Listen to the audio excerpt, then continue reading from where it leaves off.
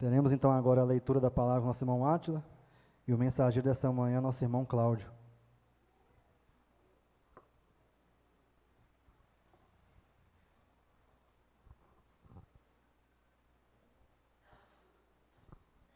Bom dia, que a graça do Senhor possa continuar sendo derramada em nossas vidas. A leitura de hoje se encontra na segunda carta de Pedro, capítulo 2, versículos 20 a 22.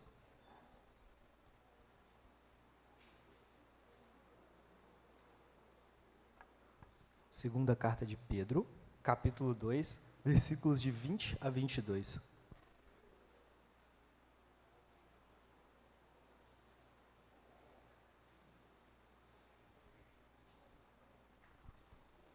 Portanto, se depois de terem escapado das contaminações do mundo, mediante o conhecimento do Senhor e Salvador Jesus Cristo, se deixam prender-se novamente, são vencidos, o seu último estado se tornou pior do que o primeiro, pois teria sido melhor que eles nunca tivessem conhecido o caminho da justiça do que, após conhecê-lo, voltar atrás e se afastar do santo mandamento que lhes havia sido dado.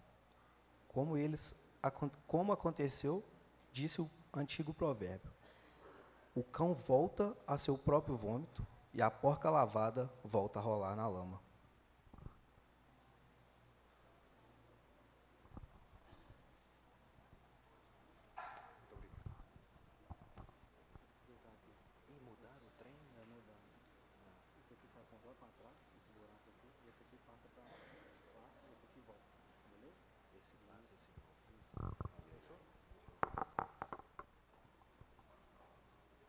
Muito bom dia a todos. Que a graça e paz no Senhor Jesus esteja com cada um aqui essa manhã.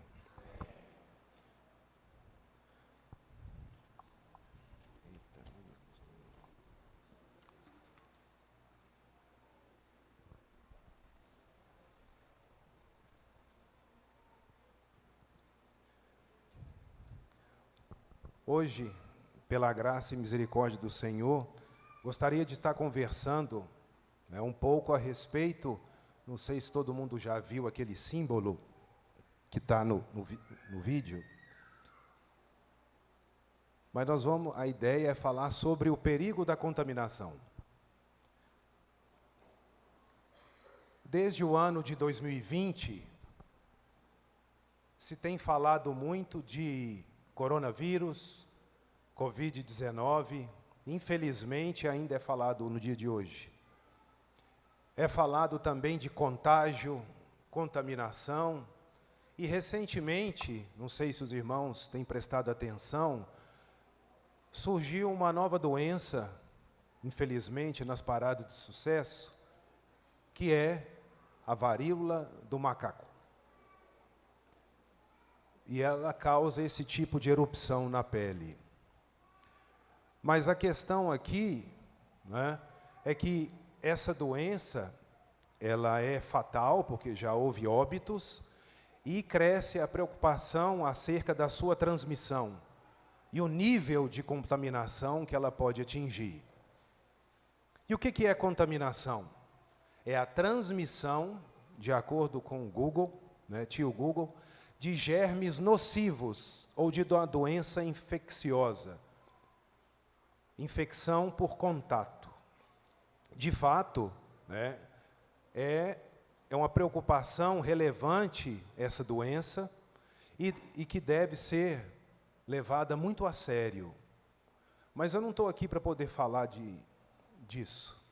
Eu estou aqui para falar a respeito de um tipo de contaminação que as pessoas não se preocupam.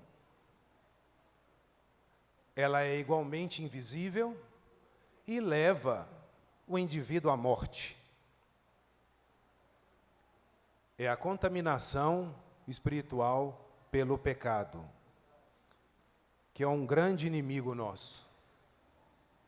É aquela contaminação que pode destruir o corpo e que fatalmente vai destruir a nossa alma. A Bíblia fala que Deus deixou claro que o pecado não perdoado, ele vai resultar em morte eterna. E isso é a separação de Deus para sempre, no mundo por vir. E um fato que pode passar desapercebido é que o pecado, ele também traz consequências pesadas no presente, nessa vida. Parte do castigo dele é experimentado no mundo em que vivemos. E essa é a mensagem do apóstolo Pedro aqui, no texto lido. Ele queria que os seus leitores e também a nós reconhecêssemos pelo menos 3 pontos. O primeiro é que quem escolhe viver uma vida egoísta, uma vida centrada nos próprios desejos, escolhe um caminho que conduz a sofrimento e morte. Para entendermos as palavras de Pedro, convém inicialmente inseri-las na carta como um todo. Quando você começa a ler o capítulo 2, lá vai dizendo que os falsos mestres, com ensinos errados, eles tinham invadido as igrejas às quais Pedro estava dirigindo a carta. E o apóstolo, ele não falou muito sobre o que eles ensinavam, que tipo de erro que eles falavam. Mas nós podemos ver alguns detalhes que eles mencionaram. Eles se opunham a Pedro, dizendo ter um conhecimento especial, e que esse conhecimento especial, fora do Evangelho, ele dava um acesso, um caminho para Deus. Eles pensavam que sabiam mais que os apóstolos, que tinham mais conhecimento que os apóstolos. Inclusive, queriam espiritualizar a segunda vinda de Cristo. Ensinavam que não seria um acontecimento real, mas afirmavam que isso se dava quando uma pessoa ia até Deus. Quando ela morria e ia até Deus, então o Senhor havia voltado para ela. Só que Pedro, ele escreveu o seguinte, nessa mesma carta, no capítulo 3, de 3 a 4. Virão escarnecedores, que ele dizia que esses homens eram escarnecedores, dizendo, onde está a promessa da sua vinda? Deus fala que vai voltar, mas cadê? Desde que os pais dormiram, desde que os antepassados morreram, todas as coisas permanecem como desde o princípio da criação. Nada mudou. Esses ensinos falsos nos mostram a necessidade de se conhecer profundamente as Escrituras. Ah, Cláudio, por quê? Porque um falso ensino nos dá a falsa sensação de que nós estamos certos. Mas o falso ensino nos leva ao pecado. Portanto, leia, estude, dedique-se em conhecer a Deus e a sua vontade, porque isso agrada a Deus. Caso contrário, você e eu seremos facilmente enganados por falsos mestres. E isso é ruim.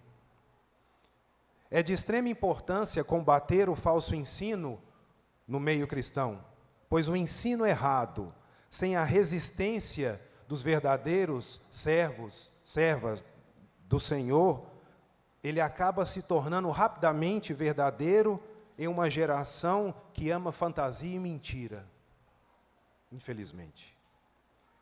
Então, por mais preocupantes que fossem todos esses ensinos, Pedro entendia que era o comportamento errático dos falsos mestres que comprometia o Evangelho ao máximo.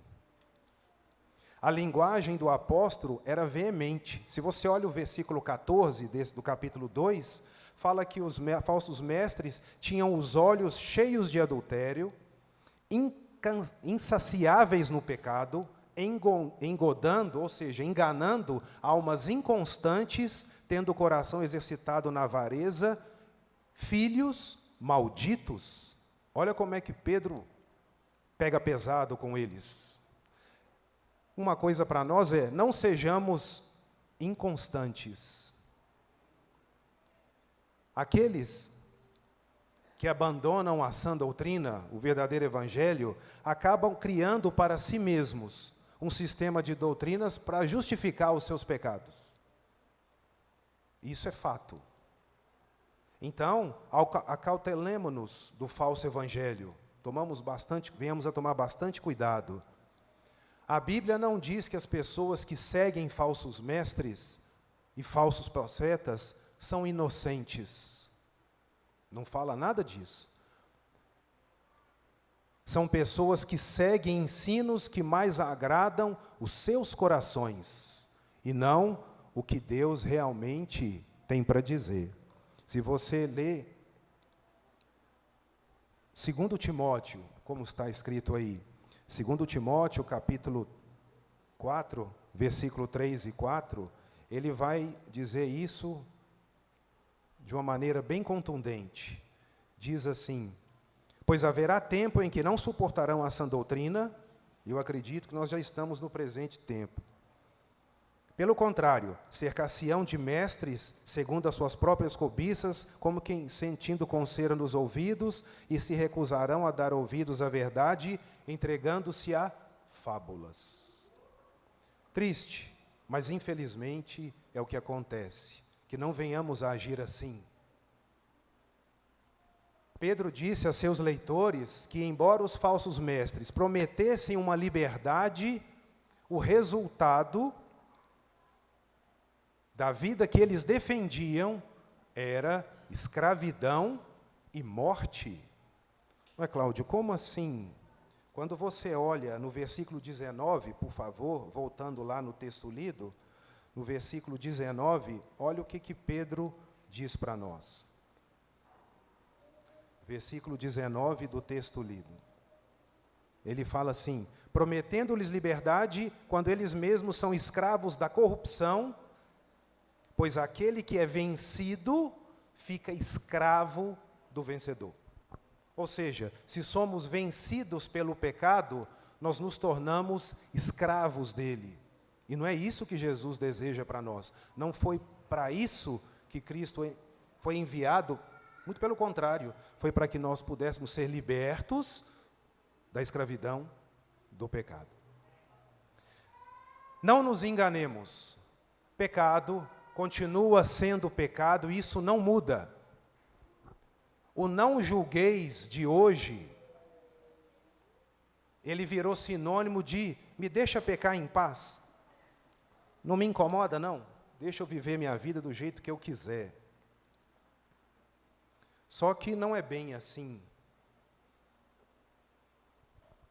A maioria das pessoas que dizem não julgueis, infelizmente são pessoas acostumadas com versículo isolado. E versículo isolado abre pretexto para erro. E elas nunca realmente leram as Escrituras e entenderam a harmonia dos textos sagrados.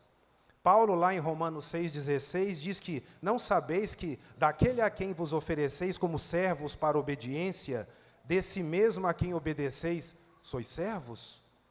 Seja do pecado para a morte ou da obediência para a justiça? Então, o evangelho que não confronta o pecado não é o evangelho de Cristo. E era justamente isso que Pedro estava fazendo, com o evangelho de Cristo, confrontando o pecado ensinado pelos falsos mestres. Algumas liberdades, já que eles diziam, que falavam de liberdade, acaba restringindo necessariamente outras liberdades.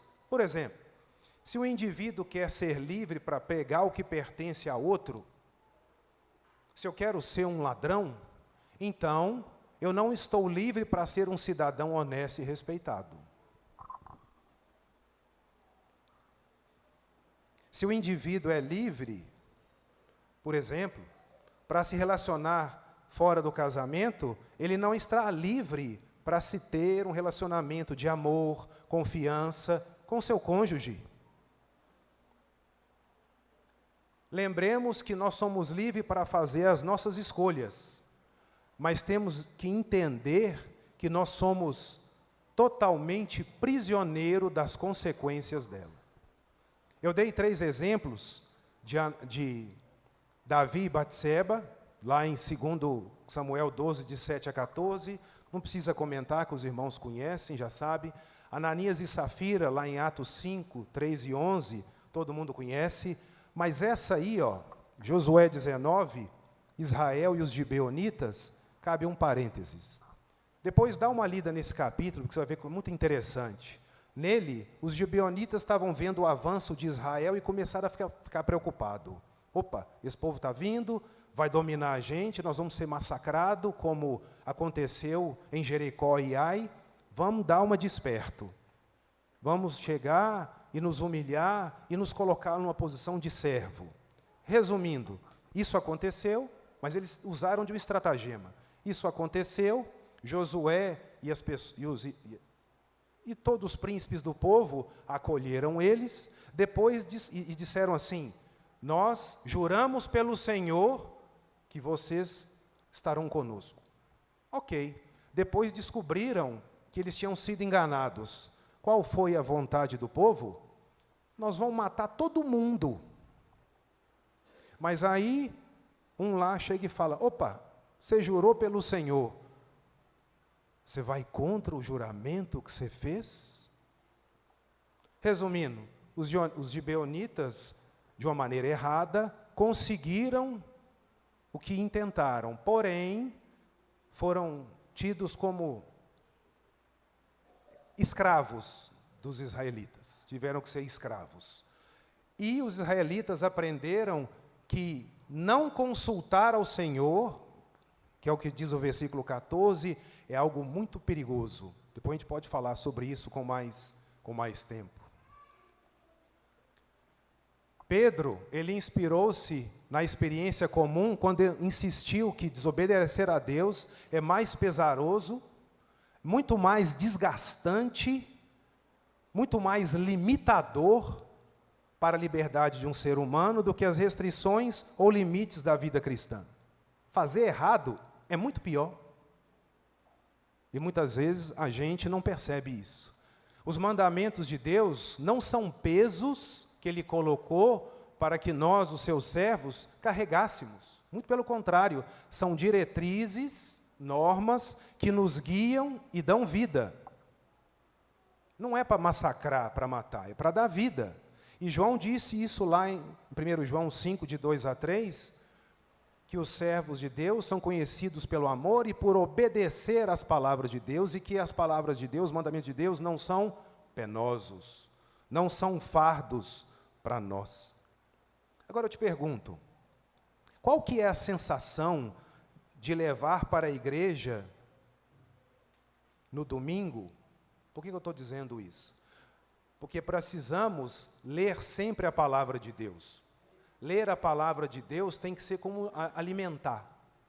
Eu alimento todo dia, 2, 3 vezes, 4 vezes no dia, dependendo da pessoa, é claro, né? Mas, se eu não me alimentar espiritualmente, eu morro, eu fico cego, e qualquer abelhinha que vier falar o zum, zum, zum no meu ouvido errado, como os falsos mestres, me engole e me derruba. Qual é a sensação de levar para a igreja no domingo uma Bíblia que você não tem costume de ler durante a semana? É algo a se pensar. O cristão deve ser semelhante a uma árvore frutífera e não uma árvore de Natal. Ah, Cláudio, por quê? Porque a árvore frutífera ela dá frutos reais e uma árvore de Natal dá frutos artificiais, que não tem vida em si mesmo.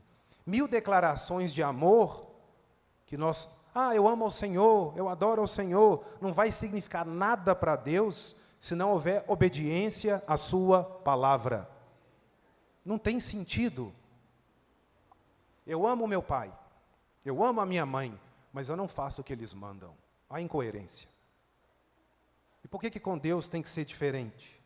A obediência é a manifestação inevitável da verdadeira fé. E como é que eu sei isso? Eu não vou ler, Gênesis 22 com Abraão. Um outro ponto que Pedro ressalta aqui é que viver impiedosamente não é como ligar ou desligar um interruptor de luz. Sou servo do Senhor, deixei de ser. Sou servo do Senhor, deixei de ser. Agindo de acordo com a nossa própria vontade. Às vezes as pessoas falam como se pudessem voltar a Deus com a pureza original toda vez que pecam. Tudo bem, nós falamos aqui que nós somos sujeitos a pecar.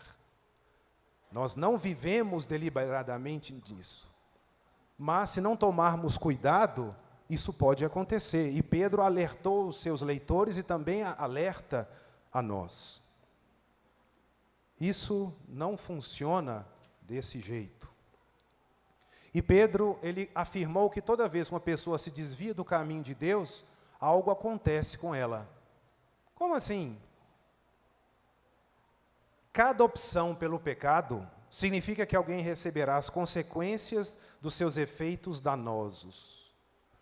E uma consequência, não vou ler, está lá em 1 João 2, de 15 a 17, que fala que se você se torna amigo do mundo, escravo dos prazeres, da concupiscência dos olhos, da soberba da vida, você é inimigo de Deus. Você já pensou para parar, para pensar o que é ser um inimigo de Deus? É uma coisa terrível. E a cada rebeldia, o pecador se entrega com mais reserva, ou menos reserva, por assim dizer. Então, voltar para o caminho de Deus vai ficando difícil. Olha o exemplo de Caim. Quando você olha lá em Gênesis 4, versículo 7, o que Deus fala com Caim? Que o pecado jaz à porta, mas a ti cumpre dominá-lo. Isso Deus falando conosco também. É claro que sozinho não temos condições, mas com Cristo, com o Espírito Santo nos ajudando, essa tarefa se torna menos árdua e com promessa de vitória. Caim se deixou contaminar pelo pecado e se perdeu. Tiago, irmão de Jesus, nos diz como devemos agir lá em Tiago 1, 27, que diz que a religião verdadeira, pura e sem mácula é. Fala dos órfãos, das viúvas, mas no finalzinho ele diz assim, mantenha-se incontaminado do mundo. Evite pecar. Cuide para que você não peque. Cuide para que você não erre o alvo. Faça como o rei Josias, 1 Reis 22, que não se desviava nem para a esquerda, nem para a direita, mas seguia o que a palavra de Deus determinava com bastante fervor e dedicação. E Paulo conclui dizendo em 1 Tessalonicenses 5:22, abstende-vos de toda forma de mal.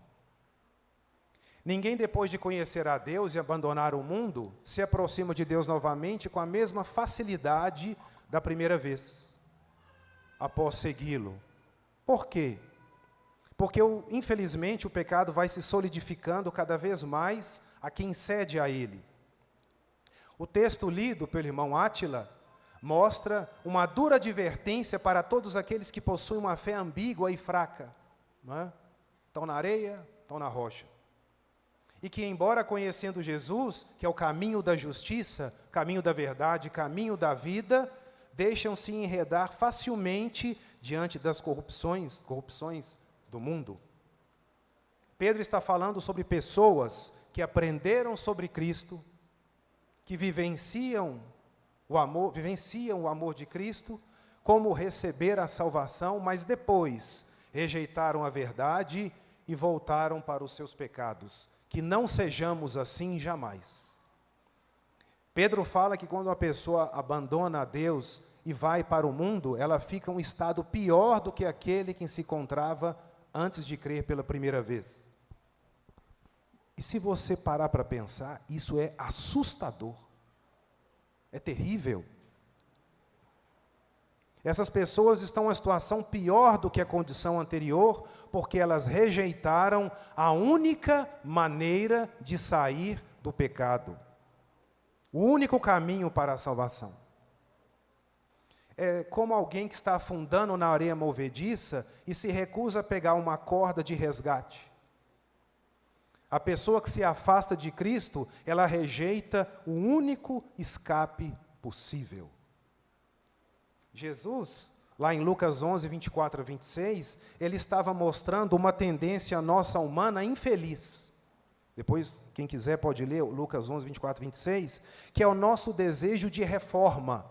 Não, eu vou buscar o Senhor, eu vou ficar firme, eu vou perseverar, porque isso tem sempre vida curta, infelizmente. Na história de Israel, é como nós agimos às vezes como Israel. Tão logo um bom rei acabava com os ídolos e ficava de bem com Deus, um mau rei surgia e trazia tudo de volta. Não é suficiente nós nos esvaziarmos do mal. Devemos desejar ser cheios com o poder do Espírito Santo para que possamos cumprir o nosso novo propósito de Deus para as nossas vidas, como diz Gálatas 5, 22 e 23. O pecado, ele opera no coração de um indivíduo de forma a deixá-lo sem vontade, um pouco mais acovardado e menos sensível à vontade de Deus, da sua palavra. Vai ficando cada vez mais difícil a pessoa se arrepender e voltar para Deus, quando já não consegue reconhecer ou se importar com o que diz respeito a fazer a vontade de Deus. Aquilo começa a ficar distante, infelizmente. Quando você olha, né, a NVI, na versão em inglês, Eclesiastes 8, letra parte B, fala assim: assim como ninguém é dispensado em tempos de guerra, nem mesmo a maldade livra aqueles que a praticam. O pecado não dá espaço para você ser liberto, para deixar de fazer o que ele deseja. E isso é uma coisa que Salomão abre os nossos olhos. Quando uma pessoa namora, flerta com o pecado, supondo que vai sempre poder voltar para Deus, entra e sai, um dia, né, ela não calculou como o pecado pode afetá-la de uma maneira tão terrível. O pecado, ele é como um pássaro. Nós não podemos impedir que ele pouse na nossa cabeça, mas nós podemos impedir que ele faça ninho. Né? Alguém já passou por experiência de um passarinho vir, quase pousar na cabeça? Isso acontece. Mas a gente não pode deixar ele fazer um ninho na nossa cabeça, infelizmente. Uma vida de satisfação à carne pode resultar em um estado em que uma pessoa não tem sequer vontade de buscar a Deus. E isso é algo terrível. E por fim, Pedro mostra que vidas mundanas de carnalidade e cobiça cobram, exigem um preço a ser pago tanto agora quanto depois. Ou seja, o boleto é duplo. Existe uma escravidão, uma servidão ao pecado nessa vida e na eternidade que são muito mais exigentes do que a servidão, vamos por assim dizer, que o Senhor pede aos seus seguidores. A Bíblia tem muito a dizer sobre o chamado ao arrependimento. A mensagem de Pedro aqui não é apenas de advertência para nós, mas também de encorajamento.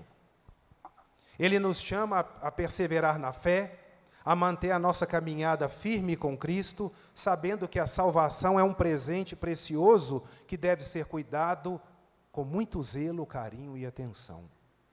O perigo de cair é real, mas Deus nos dá a força necessária e a graça necessária para nós perseverarmos.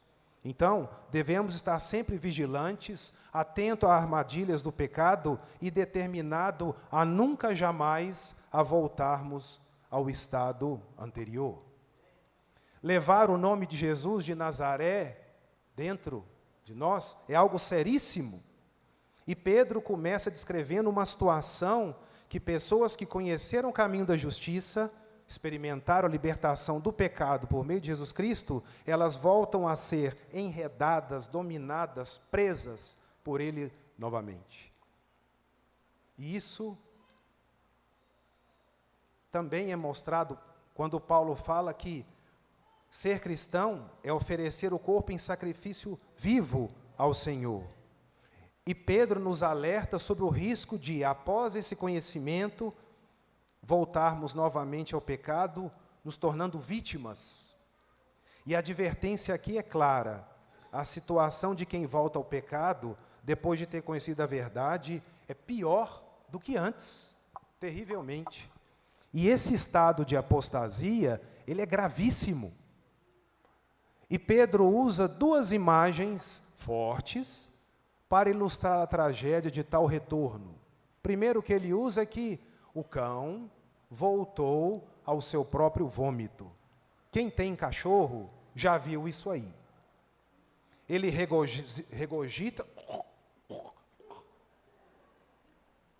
principalmente se for ração. E depois ele faz o quê? Come de volta. Alguns acham nojento, e é por isso que Pedro está mostrando isso aí. É uma imagem vívida de retroceder o que nós somos para Deus. É isso aí, ó. E outra coisa que ele mostra para nós é que a porca lavada voltou a revolver-se no lamaçal. Olha a carinha de alegria do porquinho.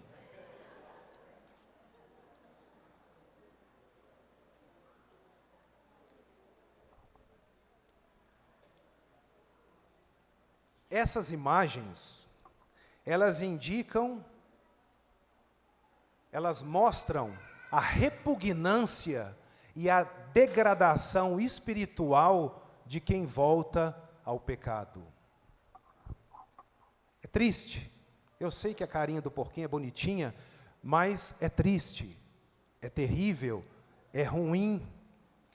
Elas indicam para nós que mesmo depois de termos experimentado a pureza, a liberdade em Cristo, alguns escolhem voltar às práticas antigas, e nos dois casos, a natureza do animal, ela não é mudada.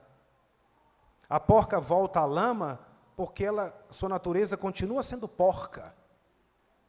A mudança era meramente exterior, que a nossa mudança nunca venha a ser exterior, mas seja sempre profunda e verdadeiramente, vamos dizer assim, mudada em Cristo Jesus. É importante para o cristão obedecer os mandamentos do Senhor, porque isso nos dá vida. E entre os mandamentos, os mais importantes são amar a Deus sobre todas as coisas e ao próximo como a nós mesmos.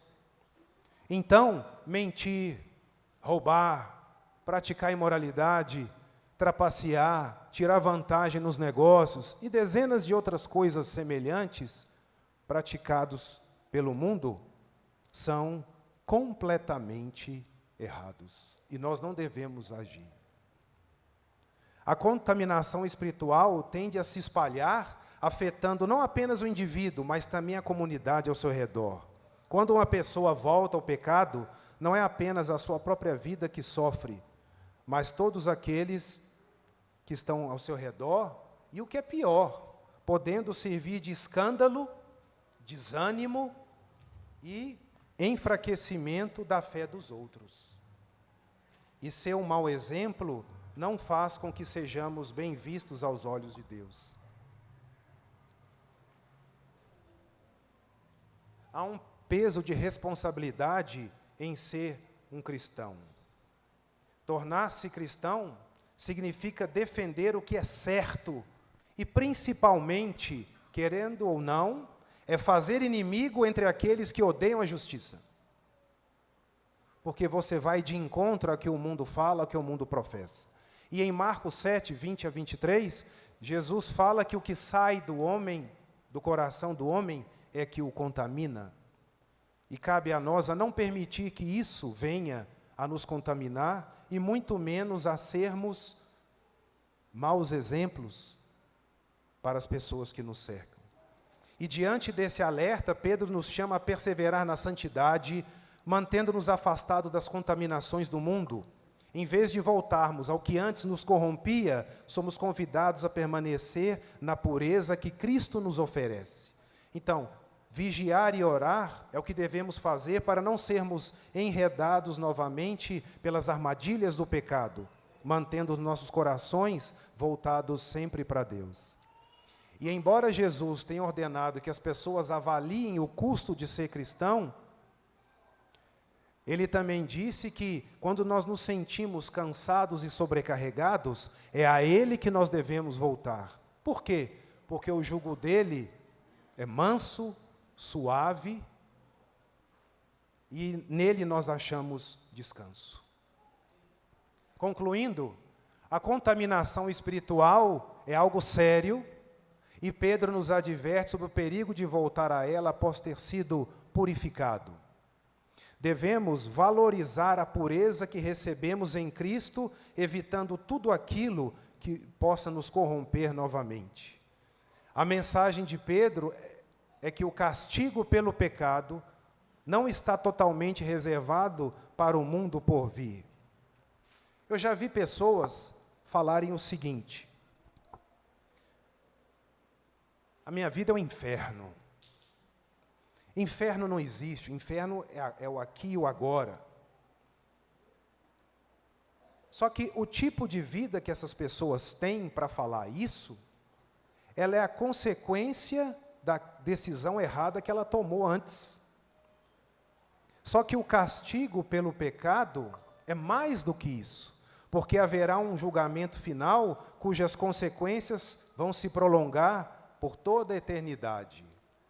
Porque o inferno, ele existe, ele é real, principalmente, e ele fica no final de uma vida sem Cristo.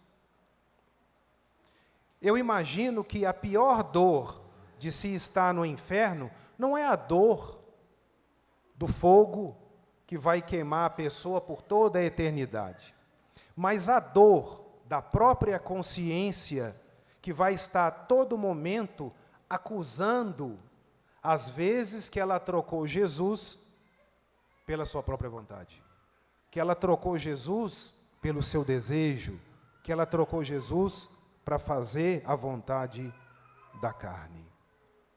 E se alguém te disser: não, só, preocupa não, a vida é curta, não é? A vida tem que ser vivida, podemos falar para ela então que o fogo do inferno é eterno e ele precisa ser evitado.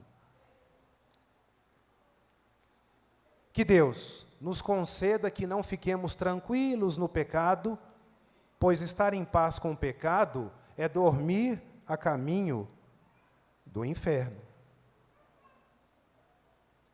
Portanto, irmãos, não nos deixemos contaminar pelo pecado. Arrependamo-nos e voltemos para o Senhor, porque Ele é rico em perdoar e é rico em misericórdia. Vamos então orar pedindo ao Senhor que nos mantenha firmes na fé, fortalecidos pela sua santa palavra, para que possamos resistir às tentações e viver uma vida digna do Evangelho que nós recebemos. Que possamos viver de maneira santa, resistindo às tentações e permanecendo firmes no caminho da justiça, para que assim não voltemos ao estado anterior de contaminação ao qual um dia nós nos encontramos. Não desistamos de lutar, de perseverar, pois Jesus disse que é na nossa perseverança que vamos ganhar nossas almas. E em Mateus 24:13 ele foi bem enfático: aquele que perseverar até o fim, esse será salvo. Que possamos perseverar até o fim, que não venhamos a nos deixarmos enredar pelo pecado, para que não venhamos a perder aquilo de mais precioso que Jesus nos dá, que é a vida eterna. Que Deus nos abençoe.